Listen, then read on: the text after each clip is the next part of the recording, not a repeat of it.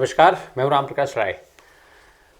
शशि थरूर कांग्रेस के सांसद, दिग्गज नेता, केरल से अक्सर चर्चाओं में रहते हैं, कभी अपने बयानों को लेकर के तो कभी दूसरी गतिविधियों को लेकर के। बीतों दिनों जब कांग्रेस के राष्ट्रीय अध्यक्ष का चुनाव होना था तो शशि थरूर खूब चर्चा में रहे थे। पार्टी के आला कमान से अलग शशि थरूर ने राष्ट्रीय अध्यक्ष के लिए नामांकन किया। शशि थरूर एक बार फिर चर्चा में है। इस बार ये जो चर्चा है वो शशि थरूर की एक बार फिर से जो सक्रियता है उसको लेकर के है। ये सक्रियता अब उनके लोकसभा से बाहर पूरे केरल में उनकी जो सक्रियता देखी जा रही है उसको लेकर के कांग्रेस पार्टी की मुश्किलें बढ़ रही हैं। दरअसल शशि थरूर पर यह आरोप लगाया जा रहा है कि शशि थरूर के जो कार्यक्रम हैं उसकी जानकारी वो पार्टी को नहीं देते हैं। बिना पार्टी की जानकारी दिए वो तमाम दौरे कर रहे हैं। अभी पिछले महीने उन्होंने उत्तरी केरल का दौरा किया, अब फिर से वो उनकी यात्रा का जो उनके दौरों का दूसरा चरण शुरू हो चुका है। तो ऐसे में कई तरीके के विवाद भी सामने आ रहे हैं। विवाद दरअसल जो है वो पदाधिकारियों को लेकर के होता है, वहाँ स्थानीय नेताओं को लेकर के होता है। स्थानीय नेताओं का ये कहना होता है कि शशि थरूर के कार्यक्रमों की उनको जानकारी नहीं है, इसलिए वो वहाँ पर पहुँच नहीं सकते। वहीं जो उनके समर्थक हैं वो उनको यात्रा में लगाए हुए हैं। केरल में जो दूसरे चरण की यात्रा थरूर की शुरू हुई, इसमें अभी कोट्टायम और पठानमथिट्टा में वो उनका जाना हुआ था, तो वहाँ पर विवाद सामने आया। विवाद वहाँ पर सामने आने के बाद जब फिर से उसी तरीके के सवाल हुए और वही जवाब रहा। अभी पिछले महीने भी जब उत्तर केरल का दौरा हो रहा था तब भी इसी तरीके का विवाद हुआ था। कोट्टायम के जो जिला कांग्रेस के अध्यक्ष हैं एन सुरेश, उन्होंने कहा कि जो शशि थरूर के ऐसे दौरे हैं, राजनीतिक कार्यक्रम हैं, उन दौरों की, उन कार्यक्रमों की जानकारी पार्टी के द्वारा उनको नहीं मिली है। वहीं जब शशि थरूर से इस बाबत सवाल किया जाता है तो शशि थरूर ने कहा कि वो कोई गुटबाजी नहीं कर रहे हैं, किसी तरीके का गुट बनाने का काम नहीं कर रहे हैं। अगर अनुशासनात्मक कमेटी जो है वो पूछेगी तो वो उसका उत्तर वहाँ कमेटी के सामने देंगे। वो उनकी जो सक्रियता है वो कांग्रेस को मजबूत करने के लिए है, किसी तरीके के गुटबाजी बनाने को लेकर के नहीं है।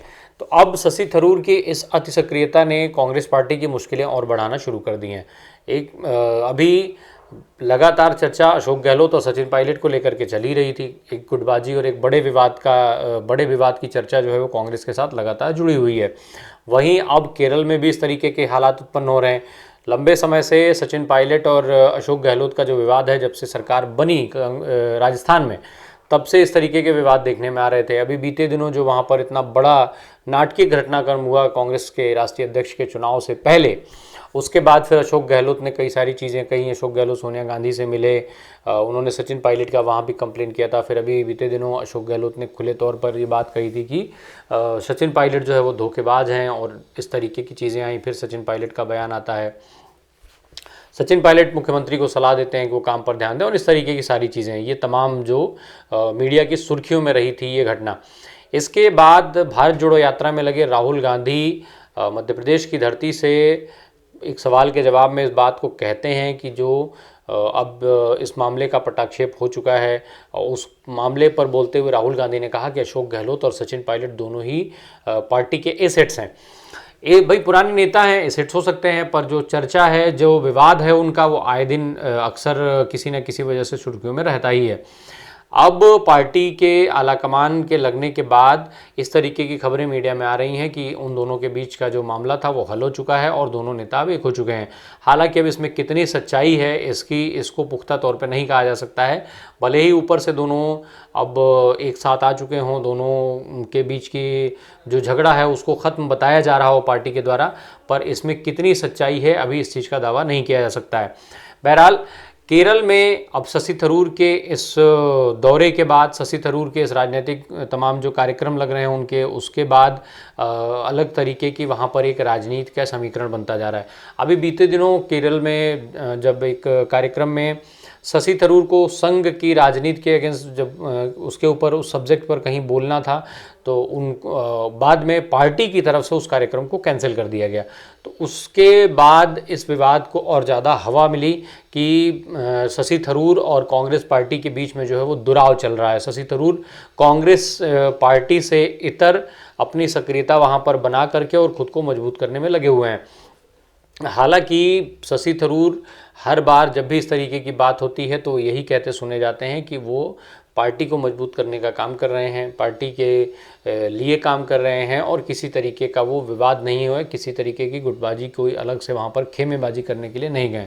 अब चूंकि कांग्रेस में कई सारे धड़े हैं, कई अलग अलग खेमे हैं, अलग अलग राज्यों में अलग अलग स्थितियां हैं, तो ऐसे में हालात जो हैं वो कहीं ना कहीं फिर से एक बार कांग्रेस के लिए मुश्किलें बढ़ाने वाले हैं।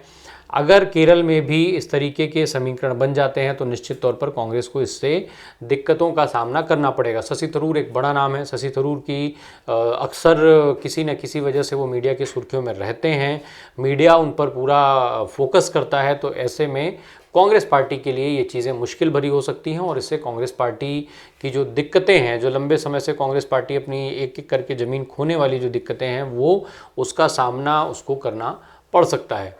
बहरहाल अब देखना होगा कि कांग्रेस आला कमान इस विवाद से कैसे निपटता है।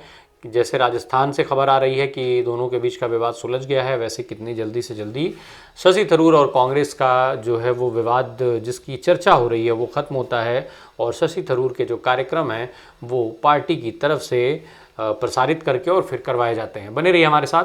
धन्यवाद।